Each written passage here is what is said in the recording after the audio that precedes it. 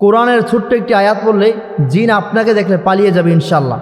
কোরআনের এই ছোট্ট আয়াতটি যদি আপনি মাত্র একবার পড়েন তাহলে জিন আপনাকে দেখলে পালিয়ে যাবে, সে ভয়ে আপনার কাছে আসবে না। যত ভয়ঙ্কর জিন হোক না কেন, যত শক্তিশালী হোক না কেন, আল্লাহর কালামের এই আয়াত পড়ার সঙ্গে সঙ্গে পালিয়ে যাবে। আমরা দেখবেন যারা রুকিয়া করে, আমরা রুকিয়া করতে গিয়ে দেখেছি, আমরা এই আয়াত পড়ে যখন ফু দেই তখন জিন বন্দি হয়ে যায়, হাতের মুঠোয় আমরা তাকে নিয়ে আসি এবং জিনকে আমরা এই আয়াত পড়ে তাকে মেরে ফেলি, এই আয়াত পড়ে তাকে আমরা শাস্তি দেই, এই আয়াত পড়ে তাকে আমরা কঠিন শাস্তি দেই, তাকে দুর্বল বানিয়ে ফেলি। আপনি কোরআনের এই পাওয়ারফুল এই একটি আয়াতের তথ্য আপনি জানেন না।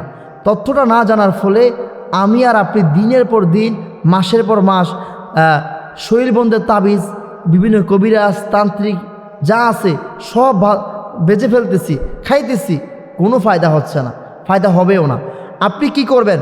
কোরআনের এই আয়াতটি আমি আপনাকে যেভাবে পড়তে বলবো সেম একইভাবে আপনি এই আয়াতটি শুধু একবার পড়বেন, সকালে একবার পড়বেন।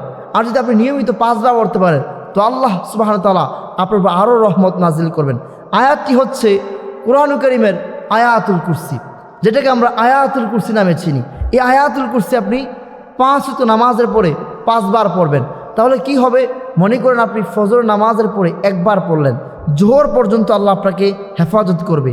শুধু হেফাজত না, আল্লাহ নবী সাল্লাল্লাহু আলাইহি ওয়াসাল্লাম বলেছেন যারা আয়াতুল কুরসি 5 বার পড়ে ওই ব্যক্তির জন্য জান্নাতে যাওয়ার জন্য শুধু একটা বাধা, কি? সে মরে না আর জান্নাতে যায় না। সুবহানাল্লাহু আকবার। তাহলে আপনি কি করবেন? আয়াতুল কুরসি সকালে একবার পড়বেন।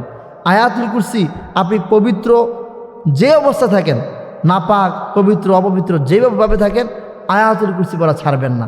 এবং আপনার ছোট্ট ছোট্ট সোনামণিরা মাঝে মাঝে দেখবেন কান্নাকাটি করে। অনেকে আমাদেরকে বলে, হুজুর একটা জারফুক করে দেন, ফু দিয়ে দেন। কেন? আমার সন্তান কথা শোনে না, কান্নাকাটি করে, বিভিন্ন সমস্যা। আপনি আয়াতুল কুরসি পড়েন, ওই বাচ্চার উপর যেই জিনদের নজর আছে এটা কেটে যাবে। তাহলে আমরা কি করব? কোরআনের এই পাওয়ারফুল শক্তিশালী এই আয়াতটি আমরা আয়াতুল কুরসি পড়ব। আল্লাহ আমাকে এবং আপনাকে দুষ্ট জিনদের, খবিজ জিনদের মারাত্মক ভয়ঙ্কর ক্ষতি থেকে হেফাজত করবে ইনশাআল্লাহ।